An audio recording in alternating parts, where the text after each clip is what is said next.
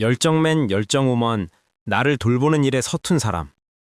우리 주위엔 많은 열정맨, 열정우먼이 있습니다.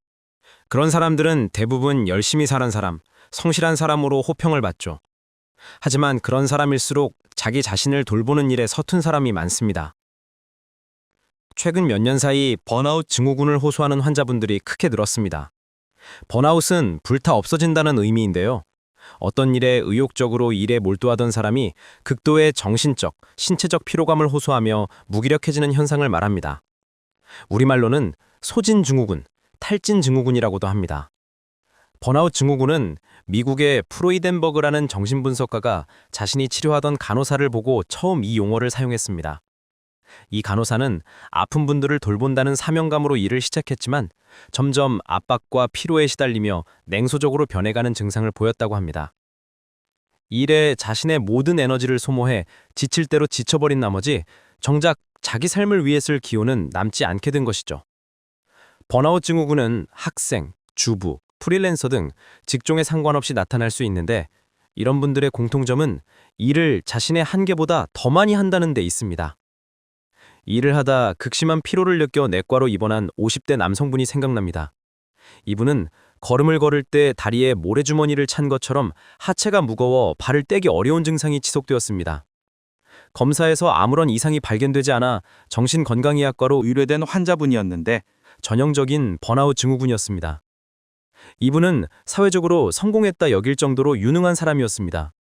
하지만 쉬는 걸 불안해했고 바쁘지 않으면 죄책감을 느꼈죠. 푹 쉬어야 한다고 말씀드려도 병실에까지 문서를 쌓아두고 일을 계속하던 분이었습니다. 이분이 상담 중 해주신 이야기가 생각나는데요.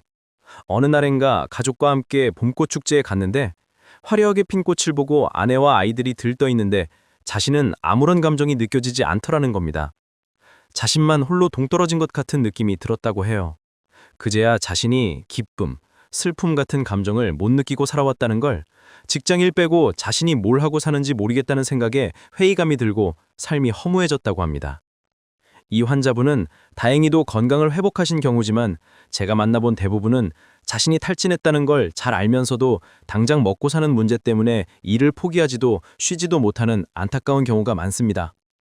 사실 번아웃 증후군의 배경에는 성과를 우선으로 하는 사회 분위기가 있습니다. 우리는 피로 사회에서 살고 있습니다.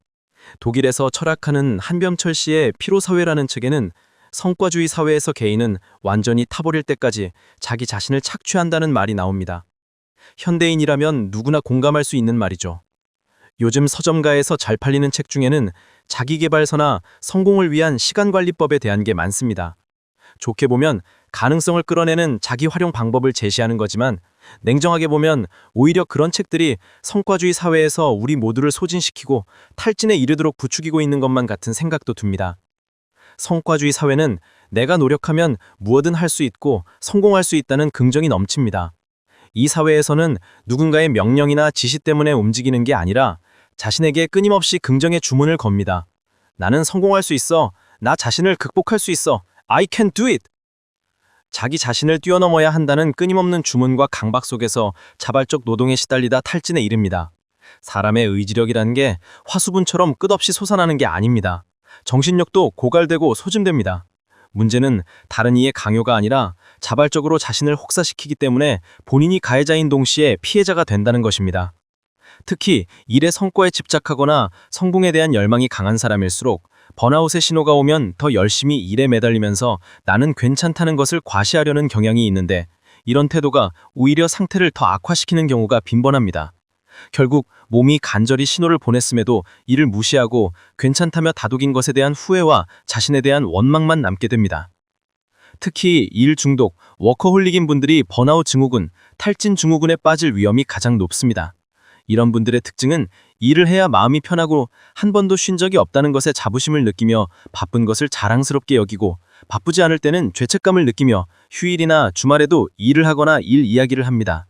이런 행동의 기저에는 주변의 인정을 통해 자신의 존재 가치를 확인받고 싶어 하거나 책임감이 과한 완벽주의자인 경우가 많은데 더 많은 일을 떠맡게 되어 결국 자신을 불태워버리게 됩니다. 성실한 게 결코 나쁜 것이 아닙니다. 다만 맹목적인 성실함으로 스스로를 돌아보지 않고 여백 없이 살다 보면 빈 껍데기밖에 남아있지 않은 자신을 발견하게 될 겁니다. 핸드폰은 급속 충전이 가능하지만 사람은 방전되면 되돌릴 수 없습니다. 더군다나 사람에게는 보조 배터리가 없기 때문에 방전되면 그것으로 끝입니다.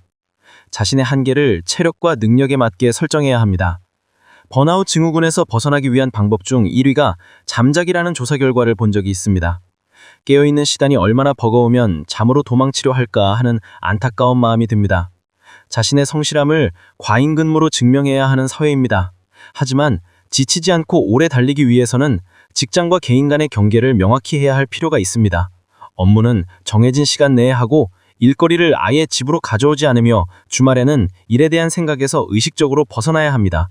무엇보다 자신의 한계를 본인의 체력과 능력에 맞게 설정하고 가능하면 이 범위를 넘지 않으려 애써야 합니다. 번아웃 증후군에서 벗어나기 위해서는 아니오라고 말할 수 있어야 합니다. 가장 먼저 나 자신에게 아니오라고 선언하며 자신의 한계를 인정하고 내려놓아야 합니다. 다음에는 다른 사람들의 요구를 아니오라고 거절하는 게 필요합니다. 무엇이든 할 수 있다고 달려온 사람에게는 거절이 마치 항복 선언처럼 자존심 상하고 무능력해진 것처럼 느껴질 텐데요. 내 한계를 벗어나는 일을 거절하지 않으면 나는 일 말곤 아무것도 아닌 사람이 되어버립니다. 거절을 해야만 진짜 내가 무엇을 원하는지 돌아볼 수 있습니다. 일이 아닌 타인의 인정이 아닌 완벽한 자아라는 허상이 아닌 나에 대해서 객관적으로 생각해보고 몸과 마음의 상태를 틈틈이 점검해줘야 할 때 자아도 우리의 일상도 더욱 굳건해질 수 있습니다. 사실 사람의 감정이란 게 전염이 잘 됩니다. 우울한 사람 옆에 있으면 같이 기분이 처지는 것처럼 번아웃 증후군으로 인한 무기력함이나 짜증, 우울 같은 게 집단 전체로 확대될 수 있는 것이죠.